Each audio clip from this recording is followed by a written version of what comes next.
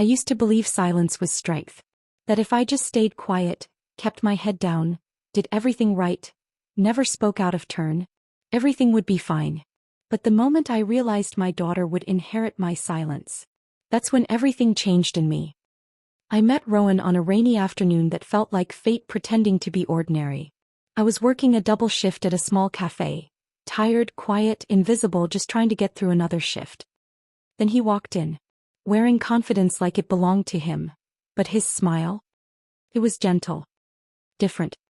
Do you ever take breaks, or do you just run this place by yourself? I remember laughing, really laughing, for the first time in months. We started talking, then meeting, then building something that felt safe. He told me about his family business. His father. He didn't say much, but the way his voice tightened when he said, "Papa," I should have paid more attention. Still, when he asked me to marry him, I said yes without hesitation. Because for the first time in my life, I felt chosen. Right after we got engaged, Rowan sat me down one night. Serious. Careful. Like he was choosing his words before they chose him.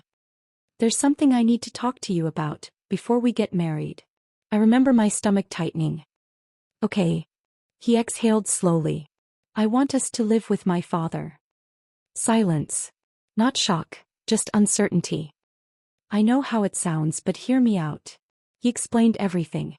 The cost of living in the city, how buying a home right away would bury us in debt. How his family had always lived together. Pooling resources. Sharing responsibilities. Getting ahead, together. If we stay with him, I can keep my job, and still learn the family business at night. He looked at me then. Not demanding. Hoping. It's temporary. Just until we're stable. I thought about my own upbringing. About survival. About sacrifice. And I told myself, this is what building a future looks like. Okay, we'll do it together. I didn't realize then what I was really agreeing to. I wasn't raised to question authority. And I didn't grow up in a house where women spoke loudly. My mother believed peace was something women protected, at any cost. A quiet woman keeps a happy home. That's what she used to say. My father, he never raised his voice. But he could dismantle you with a single look. He didn't need to scream to make sure we were afraid. My mother believed survival meant obedience. A peaceful home is better than a proud heart, she used to say. So I learned early, keep the peace no matter what it costs you. When I moved into the Bailey house after marrying Rowan, it felt familiar. Different faces, same rules. And I slipped right back into the role I'd been trained for my entire life. 5 years. That's how long I have lived under Mr. Bailey's rules. 5 years of silence, of adjusting, of shrinking, of becoming less. I stood at the kitchen sink, my hands deep in soapy water, scrubbing plates. From the living room their voices carried. Rowan and his father talking business. Every night, same pattern. Same hierarchy. Same unspoken rule. Men discuss, women clean. Then I heard it. Heavy footsteps. Slow, measured, controlled. I didn't turn around. I didn't have to. "Sandi, where's the tea?" I dried my hands quickly. "I'll bring it right away, Papa." He stepped closer. I could feel his eyes measuring me. "Make it strong. Last time it was weak, and don't be stingy with the sugar." "Yes, Papa." Mr. Bailey didn't just believe in control. He believed it was his duty. In his world, a man's authority wasn't questioned. A woman's role wasn't negotiated. It was assigned. And enforced. Not with chaos, but with quiet, unshakable certainty. A man built from decades of belief that control equals respect. In his world, a man leads, a woman follows. And any deviation was disorder, weakness, failure. He didn't shout because he didn't need to. Authority lived in his presence.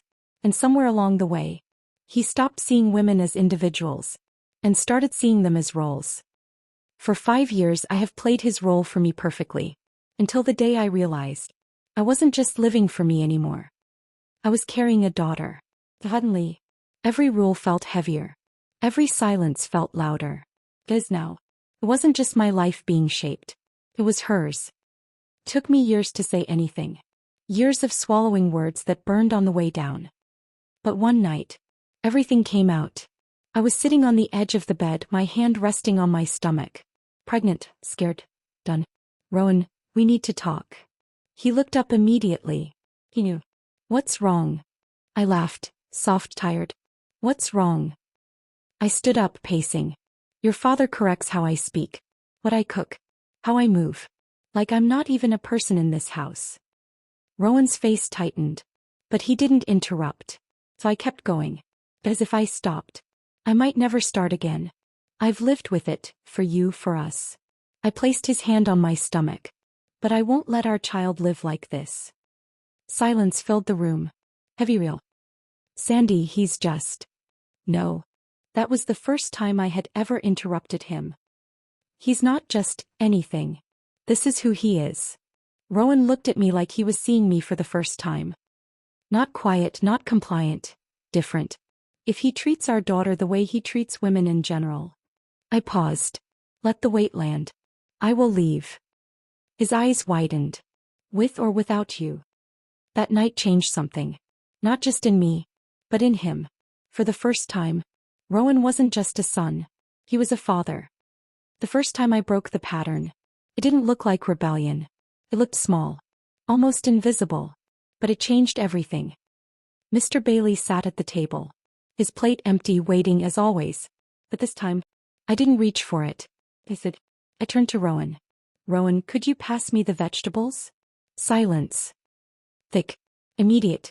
Rowan blinked, confused, but handed them to me. I served myself first. Then passed the dish. Mr. Bailey's eyes locked onto me, sharp, calculating. But he said nothing. And somehow, that was louder than shouting. Later that night, Rowan pulled me aside. Sandi, what was that? I looked at him, really looked.